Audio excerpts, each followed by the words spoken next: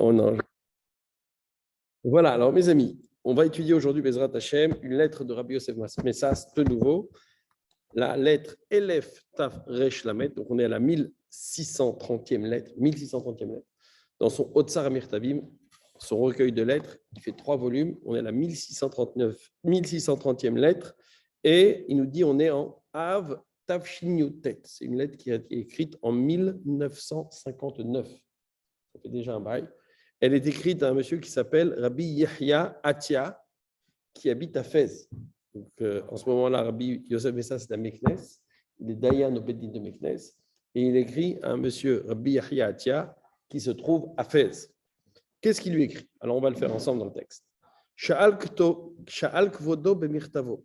Lehodia achidush sheshama mipi Shabbat, mipi beshabbat acholef, shenimtsapo betakneset sheba lidoresh veshama et adrasha. J'ai reçu une lettre dans laquelle tu me demandes que je t'écrive un résumé de la dracha que j'ai faite, Shabbat, dans notre communauté. Tu es de Fès, tu étais de passage à Meknes, tu es venu à la synagogue, tu as écouté ma dracha, ça t'a plu, et tu voudrais que je te donne un écrit de ma dracha. Tu voudrais que je retranscrive la dracha. Voilà le contenu de ta lettre. Et tu as précisé particulièrement que tu voulais entendre mon commentaire sur le pasouk Az Titana Galashem, ce fameux verset que je viens de vous lire là, à l'instant, le pasouk par lequel nous faisons le kiddush. Le kiddush commence par ce pasouk Az Titana Galashem, Tichal Bamote Haaretz, Ve'achal Tichal Nachalat Yaakov Avira, Kipi Hashem Diber. C'est un des versets que l'on récite lors du kiddush de Shabbat midi. Donc, dans mon commentaire de Shabbat à la synagogue, je l'ai commenté et tu voudrais que je t'envoie un écrit, que je te retranscrive ce kiddush et que je te l'envoie. Pas de problème. Alors le Rav lui répond, Rabbi Yosef lui répond, Tchouva adrasha yarouka.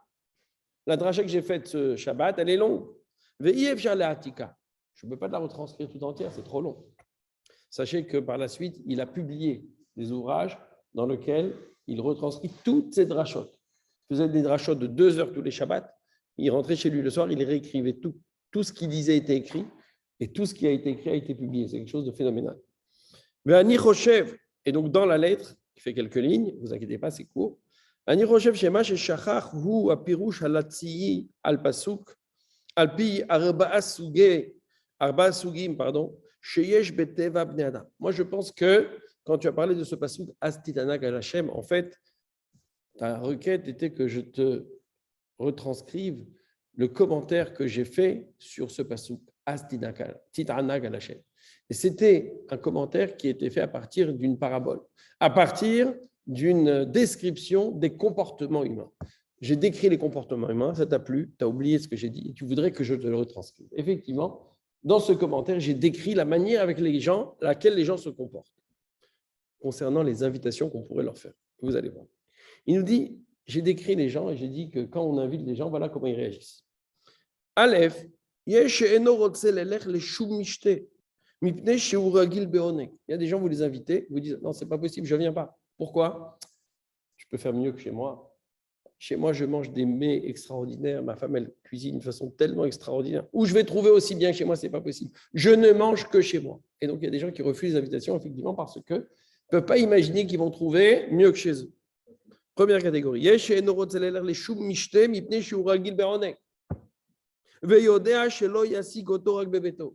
Que cette délectation, il ne la trouvera que chez lui. Le Shabbat, il veut se délecter. Il dit, chez moi, à la maison, je sais que je vais me délecter. Je vais aller chez lui. Hein, les autres, qu'est-ce que je vais manger? Comment manger? On est Shabbat, je le fais chez moi. Deuxièmement, il y a des gens qui sont, allez, un esprit élevé, un peu orgueilleux, on va dire ça comme ça. Moi, je m'assois que dans des endroits très honorables. Je ne peux pas aller n'importe où, n'importe comment. Il faut qu'on m'invite dans des endroits importants. Et donc, quand vous les invitez, c'est peut-être jamais assez important pour eux. Ils réfléchissent, je vais pas. Ils veulent aller quand c'est vraiment mechoubat, comme on dit. Veyesh, troisième catégorie. Chez Enorotse, les chol ma'achal achiri. Il y a des gens, leur problème, ce n'est pas tant de chercher des choses les plus bonnes à manger, ce n'est pas tant d'aller dans des endroits extrêmement honorables, c'est qu'ils ne veulent pas profiter du bien des autres. On les invite, ils disent non, moi je mange chez moi. Assez Shabbat Rachol, je préfère manger simplement plutôt que d'aller dans des fêtes, manger chez les autres, etc. Non, je reste chez moi. Je suis bien chez moi, je reste chez moi. Et donc, il ne veut pas manger la nourriture des autres. Quatrième catégorie. Veillez chez Enoler. Et il y a des gens qui ne vont pas aux invitations tant que ce n'est pas le Baal Habayit lui-même qui les a invités. Vous êtes invité à un mariage, c'est un secrétaire qui vous appelle. Allô, monsieur Messas, on vous invite au mariage d'un tel. C'est difficile. Si c'est le papa de la mariée ou le papa du Khatan, alors, Marielle, on aimerait vous inviter. Ah oui, là, je veux. Comprends? Donc, veillez chez Enoler, mipne chez Baal Habayit lo izmino be'atzmo. Parce que ce n'est pas le Baal Habayit qui l'a invité, rak alidé shlucho. Lorsqu'il est invité par un intermédiaire, ça ne lui plaît pas, il ne va pas. Donc voilà les 4 raisons pour lesquelles quelqu'un pourrait refuser une invitation. Ou bien, on répète, parce qu'il pense qu'il ne va pas se délecter comme il se délecte chez lui. Première raison. Ou bien parce qu'il peut penser que là où on l'invite, ce n'est pas assez important pour lui. Ou bien parce qu'on a vu qu'il ne veut pas manger ce qui ne lui appartient pas, il veut manger que quelque chose qui lui appartient, on peut comprendre. Et également parce qu'on ne l'a pas invité directement, ce n'est pas le Baal Habayit, il a reçu l'invitation par l'intermédiaire. Voilà les 4 raisons qui font que quelqu'un pourrait refuser une invitation. Mes amis, le Shabbat, nous sommes invités par Akadosh Baruch Hu. Le Shabbat, je vous l'ai dit et répété, on mange à la table de Dieu. On n'est pas simplement à la table de monsieur, madame, machin. On s'élève dans des niveaux extraordinaires. On est invité à la table. Mais et Hachem nous dit, vous ne pouvez pas refuser cette invitation. Ce n'est pas possible. Quels que soient vos arguments, j'ai une réponse et vous allez accepter mon invitation. Et là, on va comprendre le passouk. Et il nous dit la chose suivante, regardez. Et pour réfuter ces 4 arguments, qui font que quelqu'un peut refuser une invitation, Hachem nous dit, mon invitation à moi, vous ne pouvez pas la refuser.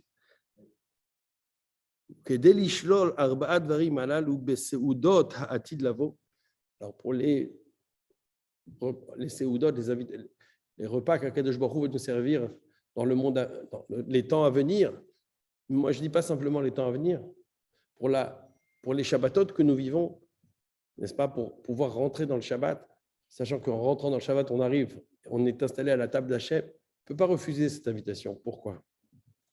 Amar, il a dit, premièrement, Az titanag al Hashem. La délectation du Shabbat, quand on rentre dans l'esprit du Shabbat, on se délecte à la table de Dieu. On peut trouver une délectation plus grande que ça? Ce n'est pas possible. C'est le oneg absolu. On ne peut pas refuser cette invitation d'Hachem parce que, effectivement, on sait qu'on va se délecter d'une délectation absolue. Az titanag al Hashem. Et si tu dis que peut-être ce n'est pas assez honorable pour moi, je t'installerai sur les hauteurs de la terre. Quand on est à la table du Shabbat et qu'on vit le Shabbat, on est installé dans les lieux les plus prestigieux possibles et imaginables. On se délecte à la délectation la plus belle et on est installé dans les lieux les plus prestigieux. C'est ça la table du Shabbat. Accepte de jouer le jeu du Shabbat et tu seras placé dans les sphères les plus hautes et les plus honorables. Ah, et tu dis, mais je veux manger que ce qui m'appartient, c'est un cadeau d'Hachem, c'est pas chez moi. Je te ferai manger de l'héritage de Jacob, ton père. C'est vrai qu'on te donne, mais on ne te donne pas quelque chose qui ne t'appartient pas. On ne fait que te donner quelque chose qui t'appartient, quelque chose auquel tu as droit de plein droit parce que tu es le descendant d'Abraham, Yitzhak et Yaakov. Ne t'inquiète pas, ce n'est pas un cadeau qui est comme ça indu. Tu y as droit de plein droit. Et si tu dis, mais qui est-ce qui m'invite? Qui pi Hachem diber. C'est Dieu qui parle en direct, pas par un intermédiaire. Voilà les 4 arguments qui font qu'on ne peut pas refuser cette merveilleuse invitation qu'Hachem nous fait chaque Shabbat. On est dans le comble de la délectation. 1. On est installé dans le lieu le plus prestigieux qui peut exister au monde. 2. On mange à la table d'Hachem, certes, mais on mange on se délecte quand même de mets auxquels on a droit et de plein droit parce qu'on est les descendants d'Abraham, Yitzhak et Yaakov. Et enfin, cette invitation, elle vient d'Hachem lui-même et pas par un intermédiaire. Baruch Hashem le'olam. Amen.